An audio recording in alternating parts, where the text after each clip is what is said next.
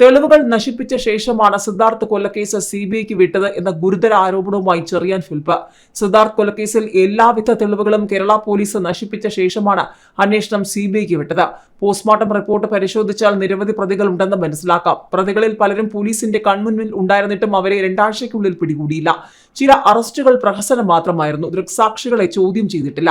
പലരെയും മൊഴി കൊടുക്കാതിരിക്കാൻ SFIക്കാരും പാർട്ടിക്കാരും ഭീഷണിപ്പെടുത്തിയിരുന്നു. സിബിഐ എവിടെ വലവിരിച്ചാലും കെട്ടിത്തൂക്കിയ കയർ മാത്രമേ തെളിവായി ലഭിക്കുകയുള്ളൂ. തെരഞ്ഞെടുപ്പിന് മുൻപ് ജനങ്ങളുടെ കണ്ണിൽ പൊടിയിടാനാണ് സിബിഐ അന്വേഷണം പ്രഖ്യാപിച്ചത്.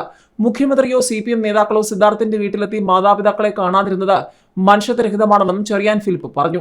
അവിടെ കൊണ്ട് തീർന്നില്ല. രാഷ്ട്രീയ കൊലയുടെ പിന്നിലെ ജീവിതത്തെക്കുറിച്ച് കലയിലൂടെ പ്രേക്ഷകർക്ക് മുന്നിൽ എത്തിച്ച സിനിമയാണ് ടിനു പാപ്പച്ചന്റെ ചാവേർ. രാഷ്ട്രീയ കൊലപാതകത്തിന് പിന്നിലുള്ള നേതാക്കന്മാർ എത്ര ക്രൂരമായാണ് പ്രവർത്തിക്കുന്നതെന്ന് ചിത്രം പറയുന്നു. ബംഗളൂരു ഇന്റർനാഷണൽ ഫിലിം ഫെസ്റ്റിവലിൽ മികച്ച 3ാമത്തെ ചിത്രത്തിനുള്ള പുരസ്കാരം ഇപ്പോൾ ചാവേറിന് ലഭിച്ചിരിക്കുകയാണ്.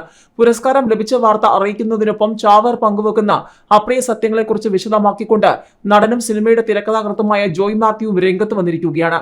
രാഷ്ട്രീയ കൊലകൾ നടത്തുന്നവരും അതിന്റെ നടത്തിപ്പുകാരും അവരുടെ അടിമകളും വ്യാജ നിരൂപക കുറുക്കന്മാരും ചേർന്ന് എത്ര ഒതുക്കാൻ ശ്രമിച്ചിട്ടും മെരുങ്ങാൻ തയ്യാറില്ലാതെ കുതറി ഉയർന്ന സത്യത്തിന്റെ പേരാണ് സർഗാത്മകത. ചാവേർ പറഞ്ഞ അപ്രിയ സത്യങ്ങൾ യാഥാർത്ഥ്യമായി കൊണ്ടിരിക്കുന്നു എന്നതിന്റെ ഒടുവിലത്തെ തെളിവാണ് വിപ്ലവ പാർട്ടിയുടെ ആൾക്കൂട്ട കൊലക്കിരിയായ സിദ്ധാർത്ഥ് എന്ന വിദ്യാർത്ഥി.